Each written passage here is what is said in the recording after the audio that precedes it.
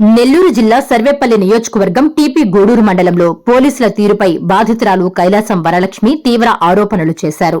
ప్రజలకు రక్షణ కల్పించాల్సిన పోలీసులే అవినీతికి పాల్పడి తమకు న్యాయం చెయ్యడం లేదని ఆమె ఆవేదన వ్యక్తం చేశారు. వివరాల ప్రకారం చింతోపు గ్రామంలో పొలం సాగు చేస్తున్న కైలాసం వరలక్ష్మి భర్త ఇటీవల మృతి చెందగా ఆమె తన పొలంలో వరి సాగు చేశారు. పంట కోతకొచ్చిన సమయంలో ఆస్తి వివాదాల కారణంగా ఆమె కుమార్తెల మధ్య గొడవలు జరిగాయని, కొందరు వ్యక్తులను తీసుకొచ్చి తనపై దౌర్జన్యానికి పాల్పడ్డారని తెలిపారు. ఈ విషయమై టీపీ గూడూరు పోలీస్ స్టేషన్లో ఫిర్యాదు చేసినట్లు చెప్పారు. ఈ నేపథ్యంలో ఎస్ఐ వీరేంద్రబాబు గ్రామానికి చెందిన దళారుడు చంద్రశేఖర్ నారాయణలతో మాట్లాడి పంట కోత పూర్తి చేయించారని, సుమారు 11 లక్షల విలువైన ధాన్యాన్ని తరలించారని వరలక్ష్మి తెలిపారు.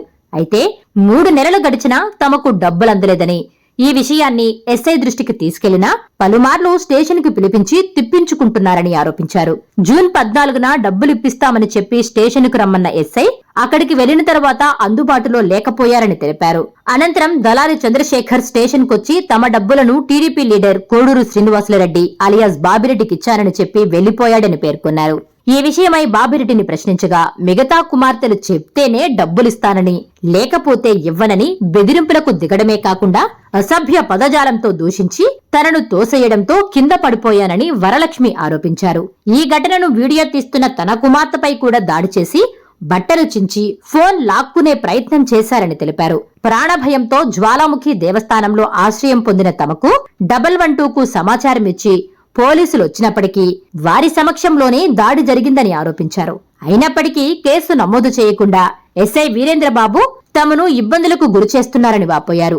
బాధితులు న్యాయం కోసం ఎస్ఎస్ న్యూస్ ఏపీ ఛానల్ ని సంప్రదించగా ఛానల్ ప్రతినిధులు శ్రీనివాసులరెడ్డి సిఐ రఘుబాబుని లైవ్ లో వివరణ కోరగా విచారించి దళారులపై చర్యలు తీసుకుని వారికి రావాల్సిన 11 లక్షల నగదును బాధితులకు అందేలా న్యాయం చేస్తానని, దాడి చేసిన వారిపై కేసులు కూడా నమోదు చేస్తామని సీఐ తెలిపారు. ఈ వ్యవహారంపై జిల్లా ఎస్పీ, కలెక్టర్, డీజీపీ వంటి ఉన్నతాధికారులు జోక్యం చేసుకుని తమకు న్యాయం చెయ్యాలని కైలాసం వరలక్ష్మి కోరారు. హాయ్, నమస్తే అండి. పోలీసులు ప్రవర్తన ఎలా ఉందనేది బాధితులు ఈరోజు స్టూడియోల్ని సంప్రదించి మీడియాని సంప్రదించాల్సిన పరిస్థితి ఏర్పడుతుంది. ఎక్కడ న్యాయం జరగట్లేదు. ముఖ్యంగా టీపీ గూడూరు మండలంలో పోలీసు వ్యవస్థ నిర్వీర్యం అయిపోయిందనే దానికి ఉదాహరణ. మహిళల పట్ల అసలుకి వాళ్ళు స్టేషన్కి వెళ్ళి ఫిర్యాదు చేసినా ఫిర్యాదు పట్టించుకోకుండా నెలల తరబడి తిప్పడం, సివిల్ మ్యాటర్లో ఇన్వాల్వ్ అయ్యి వీళ్ళ భూ సమస్యలలో ఇన్వాల్వ్ అయ్యి అసలుకి వాళ్ళకి ఏం సంబంధం ఉంటే ఇలా చేస్తున్నారు. ఇదిగో ఈమె ఈరోజు స్టూడియోకి వచ్చింది. ఇలా పోలీసులు అక్కడుండే లోకల్ లీడర్సు నాకు అన్యాయం చేస్తున్నారు, నేను ఎక్కడికి పోయినా కానీ కూడా న్యాయం జరగట్లేదు సార్, ఉన్నతాధికారులకి చేరే వరకు మీరు ఒకరంతా హెల్ప్ చేయండి అంటూ మన ఎస్ఎస్ న్యూస్ ఏపీ ఛానల్ని సంప్రదించారు. ఒకసారి ఆమె వివరాలు తీసుకుందాం. పోలీసులు ఎలా ప్రవర్తిస్తున్నారు అనేది ప్రజలందరూ, నాయకులందరూ, ప్రభుత్వం దీన్ని గమనించాలి. మీకు అసలు ఏంది, మీ సమస్య ఏంది? 3 పాపలు నాకు. అమ్మాయి పెద్దమ్మాయి వెళ్ళిపోయింది. ఆ అమ్మాయి వచ్చి కోర్టుకి, మా ఆయన చనిపోయిన కోర్టుకేసి ఆస్తుల మీద కోర్టుకేసి మమ్మల్ని వరికోత కొయ్యనీయకుండా లాస్ట్ పాప ఇద్దరు బాగా ఇబ్బంది పెట్టేసి బళ్ళు వెనక పంపించేశారు. ఆ ఒడ్లన్నీ రాలిపోయినాయి. తర్వాత ఈ పోలీసు వాళ్ళు, ఈ పొలిటికల్ వాళ్ళు వచ్చి వరికోత కోసుకొని వాళ్ళ డబ్బులు వాళ్ళ దగ్గర పెట్టారు. మమ్మల్ని చాలా ఇబ్బంది పెట్టాడు బాబిరెడ్డి. పోలీసు స్టేషన్కి ఉదయం సాయంత్రం తిరిగి మా పని అయిపోయింది. 2 రోజుల కిందట రాండి, మీ డబ్బులు మీకు ఇస్తామని అన్నారు. పోయినాము. సాయంత్రం రాండి, ఆడు అతనేమమ్మా. అసలు ఈ బాబిరెడ్డి ఎవరు? బాబిరెడ్డి ఏమన్నా మీ బంధువా? నా ఆస్తి 16 ఎకరాలు. దాని మీద ఈ మా మరిది గారు ఆశేషారెడ్డి, కైలాసం ఆశేషారెడ్డి, బాబిరెడ్డి వాళ్ళ కళ్ళు పడి ఆస్తి ఎట్టయినా కానీ దాన్ని తీసుకోవాలా అని వాళ్ళు బాగా మమ్మల్ని చాలా ఇబ్బంది పెడుతున్నారు. పక్కన వాళ్ళు కూడా వచ్చి బాగా ఇబ్బంది పెడతా ఉంటారు. ఆ చేలు పక్కన వాళ్ళు కూడా ఆ ఆస్తి మీద పడిపోయింది వాళ్ళ కళ్ళు. వరికోత డబ్బులు బాబిరెడ్డి పెట్టుకొని పోలీసు వాళ్ళు ఇస్తామని చెప్పారు. పోతే సాయంత్రం, ఉదయం పోతే సాయంత్రం, సాయంత్రం పోతే అతను చింతోపు చంద్రశేఖరు, నరుకూరు పేరేందమ్మా నారాయణ ఇద్దరు సార్ మమ్మల్ని చాలా ఇబ్బంది పెడుతున్నారు సార్. మా ఆయన చనిపోయిన మాన వీళ్ళంతా ఎవరు? మమ్మల్ని అంతకుముందు గేట్ కాడికి కూడా వచ్చేవాళ్ళు కాదు, ఇప్పుడు వచ్చేది చాలల్లోకి వచ్చేది, మమ్మల్ని కొట్టేది, చాలా ఇబ్బంది పెడతా ఉన్నారు. డబ్బులు అడిగితే కొడుతున్నారు, చాలా ఇబ్బంది పెడతారు. మిమ్మల్ని ఆ విధంగా ఇబ్బంది పెడుతుంటే మీరు పోలీసుల్ని టిప్పి గూడూరుకి సంబంధించిన మన వీరేంద్ర ఎస్ఐ గారిని కలిసారా, సిఐ గారిని కలిసారా? సిఐని కలిసాము. ముత్తుకూరు పోయి ముత్తుకూరు స్టేషన్, అక్కడ స్టేషన్కి పోయాం సార్. పోతే మీరు అక్కడికి రండి అమ్మా, టీపీ గూడూరు రండి, ఆయన ఎస్ఐ గారు ఇస్తారు మీకు అమౌంట్ అని చెప్తారు. మేము మళ్ళీ టీపీ గూడూరు పోయాము. టీపీ గూడూరు ఈరోజు రేపు అని రోజు తిప్పేవాళ్ళు సార్. ఇస్తారని ఆశపడేది, పోయేవాళ్ళమే, ఒక ఇచ్చేవాళ్ళు కాదు. లాస్ట్కి నిన్న సిఏ గారే ఫోన్ చేసి మీరు రండి ఎస్ఐ దగ్గరికి, మీ అమౌంట్ మీకు ఇప్పించేస్తానని అన్నారు. ఏది నా అమౌంట్, నా పొలం అమౌంట్ సార్. ఆమె తర్వాత పోయాము. అతను కూడా చింతోపు చంద్రశేఖర్ కూడా వచ్చాడు. తర్వాత ఇస్తాడని చాలాసేపు కూర్చొని పెట్టారు. ఆమె చంద్రశేఖర్ వెళ్ళిపోయాడు. ఏంది అని అంటే రైటర్ చేతికి పొమ్మన్నాను, రైటర్కి ఇస్తారు.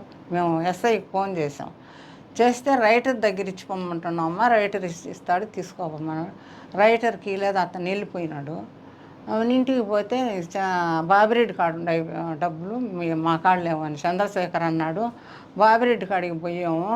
అబ్బాయి ఏందయ్యా డబ్బులు ఇవ్వలేదు, నీ దగ్గర ఉన్నాయా అని అంటే, ఎక్కడున్నాయి నా దగ్గర, వాళ్ళ దగ్గరే ఉన్నాయి, నా దగ్గర లేవు డబ్బులు అన్నాడు. మన పాప ఏమంటే వచ్చి అడిగితే పాపని విడిచిపెట్టేసిన లంజిల్లారా, విడిచిపెట్టేసి ఉండారు ఇద్దరు, విడిచిపెట్టేసిన లంజిల్లారా, ఇదే మాట. ఏందబ్బా మేము బాగా బతికిన వాళ్ళమి, నీకు తెలీదా, విడిచిపెట్టేసిన వాళ్ళం అని అంటుండావు. ఏందబ్బాయి మా డబ్బులు మాకు ఇచ్చే మేము పోతామంటే పైన పడి కొట్టేసేనాడు, ఇద్దరిని కొట్టినాడు. నేను పడిపోయా కింద, పడిపోయిన దాన్ని కాలుతో దన్నాడు. వాళ్ళందరూ ఉన్నారు సార్, మీరు చూడండి, ఇది కెమెరా చూడండి, అంతా తెలిసిపోద్ది. ఇద్దరు ఆడవాళ్ళు అక్కడ అమ్మవారి గుడిలో, జ్వాలాముఖి అమ్మవారి గుడిలో జరిగింది సార్. ఇదంతా అమ్మవారి సమస్యలో జరిగింది. ఇప్పుడు బాధితులు చెప్పినవి విన్నాం. ఇప్పుడు మనం టీపీ గూడూరు ఎస్ఐ గారికి చేసి ఒకసారి వివరణ తీసుకుందాం, ఆయన ఏం చెప్తారో కూడా విందాం.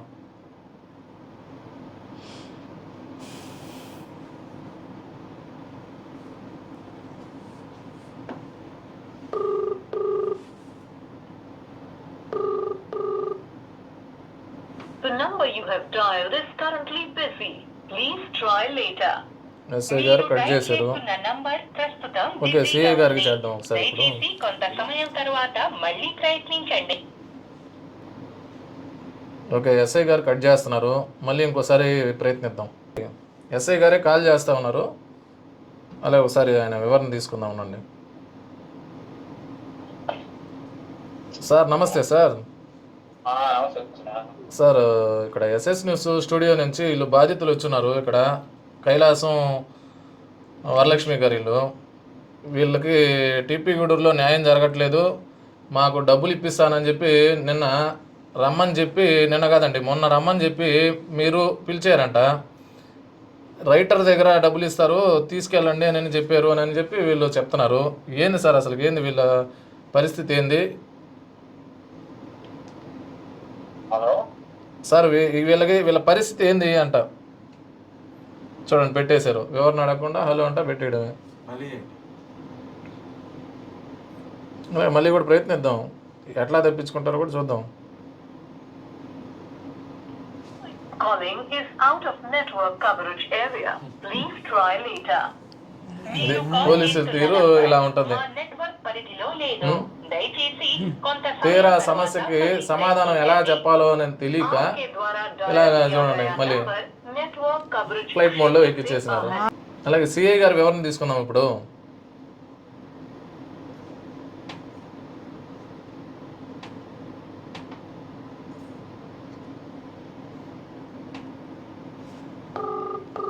సిఐ గారు ముత్తుకూరు అని చెప్తారు, లేదు చూద్దాం.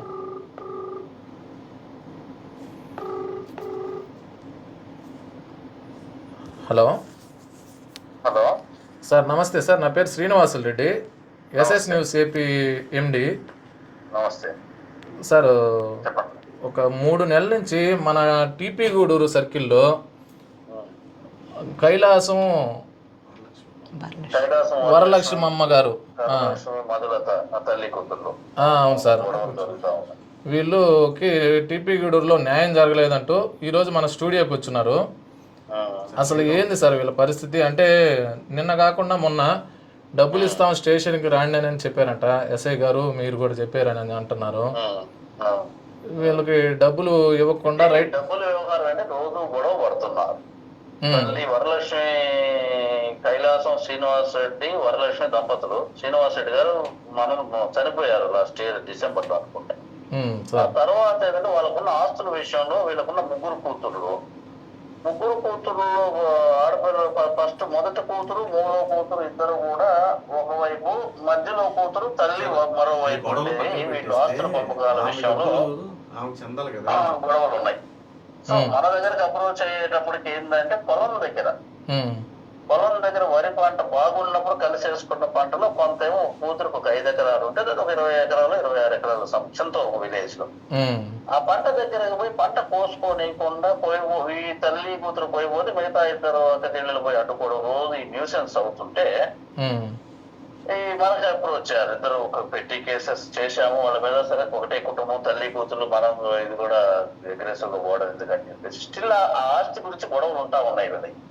కరెక్టే సార్. ఇప్పుడు ఇవి సివిల్ మ్యాటర్ అనేది, ఇది సివిల్ మ్యాటర్ మాకు సంబంధం లేదు, కోర్టులో చూసుకోండి అని చెప్పాము. కోర్టులో కేసు నడుస్తుంది ఆల్రెడీ. ఆస్తులు ఎట్లా పంపించుకుంటారో మనకు సంబంధం లే. ఆ పంట నష్టపోకుండా ఏంటంటే వీళ్ళు ఒక దళారు దగ్గర పెట్టుకుని ఇద్దరు దళారుల దగ్గర పెట్టించేసి వీళ్ళు పోవద్దు ఓళ్ళు పోవద్దు అని చెప్పేసి ఒక అది కోపిచ్చేసి అన్ని డబ్బులు అట్లా పెట్టుకుంటారు. అది ఎవరు చేయించారు అంటే కొయ్యించింది ఎవరు? వీళ్ళు సాగు చేసింది, పొలం అంతా చేసి పండించింది వీళ్ళు. పండించిన దాన్ని కోత కోసి డబ్బులు తీసుకెళ్ళింది ఎవరు అని అంట సార్. ఇప్పుడు ఎవరి దగ్గర ఉంచాలని ఇద్దరు అంగీకారంతో ఇద్దరు దళారు అక్కడ వాళ్ళే తోటపల్లి 3 రోజులు కోసారు. ఆ డబ్బులు పంచుకోవాలా వీళ్ళు లెక్క ప్రకారం. దాని దగ్గర మళ్ళీ ఏదో గొడవ జరుగుతూ ఉంది. అది మొన్న వచ్చారు, మా పోలీస్ స్టేషన్ కూడా వచ్చారు. సరే మేము పిలిచి మాట్లాడతామని చెప్పాం. ప్యూర్లీ ఇది సివిల్ మ్యాటర్. డబ్బులు పంపకాలు అనేది పొలం ఆస్తి పంపకాలే మనకు సంబంధం లేదు. కరెక్టే సార్. సివిల్ మ్యాటర్ అంటే ఇప్పుడు ఈ నారాయణ అనే అతను మాకు డబ్బులు ఇస్తానని చెప్పి వీళ్ళు పండించిన పంటను తీసుకెళ్ళి నారాయణ, మరి ఇంకొక అతను చంద్రశేఖర్ అనే వాళ్ళు మా పంటని కోసుకొని తీసుకెళ్ళి డబ్బులు ఇవ్వకుండా ఈరోజు బాబిరెడ్డి అనే వ్యక్తికి ఇచ్చి మీరు బాబిరెడ్డి దగ్గర తీసుకోండి అని అన్నారు. బాబిరెడ్డి దగ్గరికి నేను వెళ్ళి మా డబ్బుల గురించి ఏందని అడిగితే వీళ్ళ మీద దాడులు చేసి మహిళను చూడకుండా కూడా ఏది నిర్బంధించి ఫోన్ ఏదో రికార్డింగ్ చేస్తున్నారని చెప్పిన తర్వాత ఆమె బట్టలు కూడా చించి ఇది దౌర్జన్యంగా ప్రవర్తించారు అని చెప్పి పోలీసుల సమక్షంలోనే వీళ్ళు 112 కాల్ చేస్తే పోలీసుల సమక్షంలో కూడా వీళ్ళ మీద ఇంకా కూడా దారుణంగా ప్రవర్తించారు అని చెప్తున్నారు. పోలీసుల సమక్షంలో కాదు, తర్వాత నాకు తెలిస్తే పోలీసు తర్వాత నేనే పంపించింది. పోలీసు లేదు, తప్పదు. అక్కడ వీళ్ళు చెప్తున్నారు పోలీసులు వచ్చినప్పుడు జరిగిందమ్మా. పోలీసులపై గొడవ పడరు, ఎవరైనా సరే గొడవ పడితే పోలీసులు చూస్తూ ఊరుకోరు. కానీ ఫస్ట్ లేరు కానీ నేను పోలీసులు పంపాను సార్. ఫస్ట్ లేరు, తర్వాత వచ్చిన మనం వాళ్ళ ముందే పాప డ్రెస్ చింపి సార్. హలో, మీరు మాట్లాడండి వాళ్ళతో. Okay sir. అలాగే ఇప్పుడు మీకు సమాధానం చెబుతాను. Correct sir. ఓకే, ఇప్పుడు ఈ సివిల్ మ్యాటర్ అనే దాన్ని పోలీసులు జోక్యం చేసుకుని ఇప్పుడు వీళ్ళ మీద దాడి చేశారు. దాన్ని ఎఫ్ఐఆర్ ఇప్పుడు వరకు చేయలేదు. సివిల్ మ్యాటర్ లో పోలీసులు జోక్యం చేసుకోవడం అనేది తప్పు. మరి పంపకాల వల్ల పొలం తగాదాల వల్ల గొడవలు పడుతున్నప్పుడు మనం సర్ది చెప్పడం జరిగింది. గొడవలు పెట్టుకోబాకండి, మీరు ఒక పద్ధతి ప్రకారం కూర్చొని ఎవరికన్నా మీ ఇద్దరు అనేది పోతే గొడవ అవుతుంది. కాబట్టి ఆమె వస్తే వాళ్ళు వస్తే మీరు ఒప్పుకోవట్లేదు, మీరు వస్తే వాళ్ళు ఒప్పుకోవట్లేదు, తల్లి కూతురు కాబట్టి ఎవరికైనా మధ్యవర్తి చెప్పుకొని చేసుకొని పంచుకోండి పద్ధతిగా. అంటే ఇద్దరు ఒప్పుకున్నారు, చేస్తున్నారు. సరే ఆ డబ్బులు రాకపోతే డబ్బులు ఇస్తారు వాళ్ళు, ఇకపోతే మేము దాని మీద కేసు కూడా నమోదు చేస్తాం.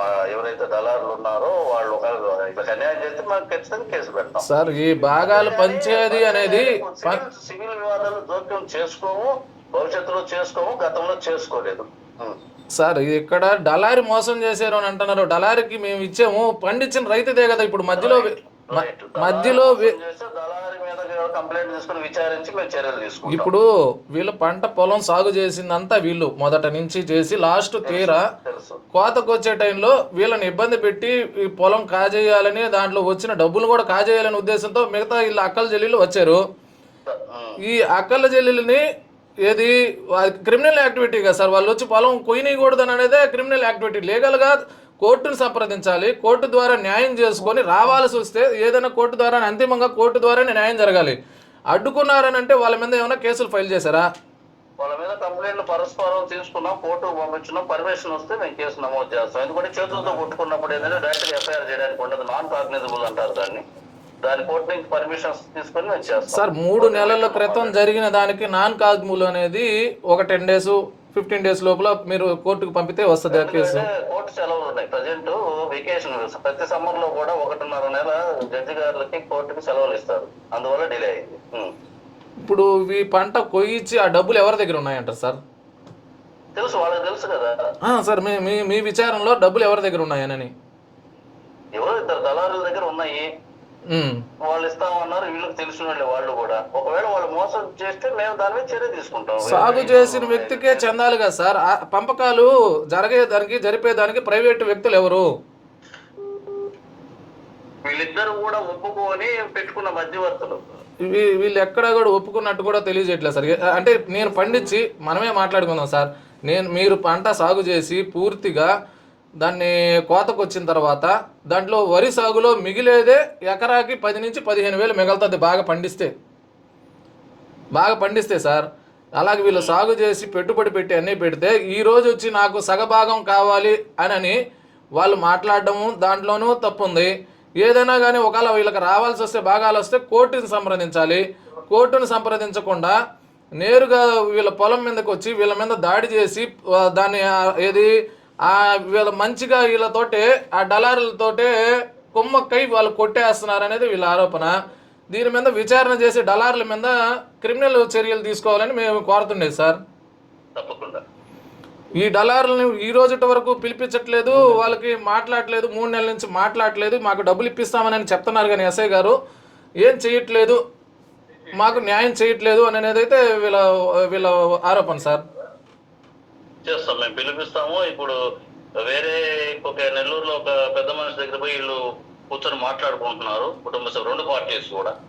సో అక్కడ ఏదో అయినట్లు లేదు. సో ఈ డబ్బుల విషయంలో అయితే మాత్రం దళారులు మోసం సార్ బాధితులు ఇక్కడే ఉండారు. ఏమమ్మా మీరు ఎక్కడైనా మధ్యవర్తులను పెట్టుకొని మాట్లాడుకుంటున్నారా? లేదు సార్, లేదంట సార్. మధ్యవర్తులు ఎవరు మేము పెట్టుకోవట్లేదు, మాకు పోలీసులే న్యాయం చేయాలని వాళ్ళు ఇక్కడికి ఈ రోజు సంప్రదించింది కూడా పోలీసులు న్యాయం చేయాలనే కోరుతున్నారు సార్. టీపీ గూడూరు కూడా ఎన్ని మాటలు పోయానో సార్ని అడగండి. దళారులతోటి వాళ్ళకి అన్యాయం జరగకుండా చూస్తాను. టీపీ గూడూరు ఎన్ని మాటలు పోయానో సార్ని అడగండి. ఎప్పుడు లోపల వీళ్ళకి ఏదైనా పరిష్కారం చేస్తారు సార్? త్వరలో, నేను కొంత టైం కావాలి సార్. 3 నెలలు ఇప్పుడు మోకాలు సమస్య ఉందట. సారే ఆపరేషన్ చేయించుకోమన్నాడు, మోకాలు ఆపరేషన్. 3 నెలల క్రితం. తర్వాత వీళ్ళు ఆస్తులు పంచుకునే క్రమంలో వేరే దగ్గరకు పోయి ఎవరో ప్రసాద్ గారు ఎవరో పెద్ద వీళ్ళకి తెలిసిన 2 పార్టీస్ తెలిసిన వాళ్ళ ఊరు మనిషి ఎవరి దగ్గర పోయారు. అక్కడ ఏదో చర్చలు మేడకి పోలేదు. దీంట్లో ఏమన్నా పొలిటికల్ ఇన్వాల్వ్మెంట్ ఏమన్నా కనిపిస్తుందా సార్ మీకు? ఖచ్చితంగా వీళ్ళకి న్యాయం చేస్తాం సార్. దీంట్లో పొలిటికల్ ఇన్వాల్వ్మెంట్ ఏమన్నా కల్పిస్తుందా సార్ మీకు? ఎటువంటి ఇన్వాల్వ్మెంట్ అయితే మా మీద లేదు. అంటే ఇక్కడ సోమిరెడ్డి గారు ఇన్వాల్వ్ అయ్యి, చిన్నబాబిరెడ్డి గారు పొలిటికల్ టీడీపీ లీడరు, వీళ్ళు ఇన్వాల్వ్ అయ్యి ఇక్కడ దీన్ని కావాలని డిపార్ట్మెంట్తో కలిసి వీళ్ళకి న్యాయం చేయకూడదు, వాళ్ళకి వీళ్ళని ఇబ్బంది పెట్టాలి, ఆస్తుల మీద కళ్ళు పడ్డాయి వాళ్ళకి చేస్తున్నారనేది. ఇన్వాల్వ్మెంట్ లేదు. వీళ్ళు కూడా కొంతమందితో చేపించారు, వాళ్ళు వేరే వాళ్ళతో తెచ్చుకున్నారు, కానీ పొలిటికల్ ప్రెజర్ అయితే ఏం లేదు. మీరైతే వీళ్ళకి న్యాయం చేయాలని మేము కోరుతా ఉన్నాము. ఉన్నారు కదా, మన ఇంటరాక్షన్ అయిన తర్వాత అడగండి, మీరు ఎవరితో ఫోన్ చేయించలేదా అని అడగండి తర్వాత. అలాగే సార్. ఇప్పుడు వీళ్ళ మీద దాడి జరిగింది, ఎమ్మెల్సీ కూడా చేస్తున్నారు. ఫస్ట్ ఆఫ్ ఆల్ అది కూడా ఒకసారి ఎఫ్ఐఆర్ చేసేటట్టు చూడండి.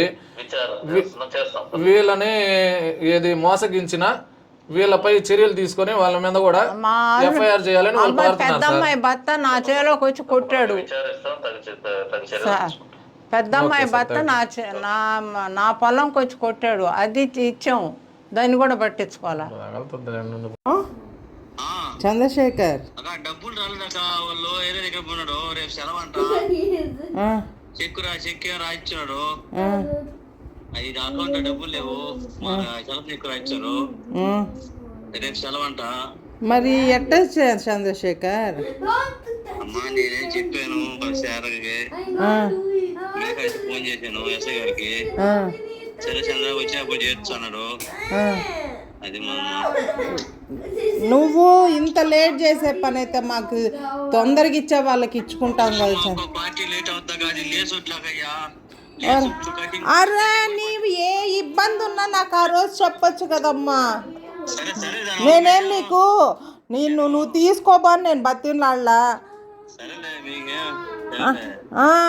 మాకు ఇబ్బందులు ఉన్నాయి కదమ్మా, నేను కట్టాల్సిన వాళ్ళకి కట్టాలి కదా. ఎస్ఐకి ఏం సంబంధము? ఎస్ఐకి ఎందుకు ఫోన్ చేసావు? ఎస్ఐ నాకు చెప్పింది ఆ రోజు పొలం మిషన్లు పంపించింది, మిషన్లు కూడా పంపించింది ఆయన, ఏ రోజు పంపించకపోతే మిషన్లు కూడా తరపునే పంపించారు. సరే ఇప్పుడు ఏంది, నేను ఎస్ఐకి ఫోన్ చేయమంటావా? నేను చెప్పాను సార్కి డబ్బులు వస్తాయి సార్ ఏమన్నాను, అకౌంట్ లో డబ్బులు లేవు, చెక్ ఇచ్చారు, ఆ బ్యాంక్ లో డబ్బులు లేవు, దానివల్ల లేట్ గా ఉంది. బుధవారం 11 గంటకల్లా నీ డబ్బులు అది అరుస్తాం. ఏంది? బుధవారం 10 గంటకల్లా 11 గంటల బ్యాంక్ టైంకి ఎక్కడికి చేరుస్తావు? ఎక్కడ చేరమంటే అక్కడ చేరుస్తాం. నువ్వు తెచ్చి అమ్మ చేతికి ఇచ్చేసేయి ఇంటికాడికి. Please subscribe SS News AP.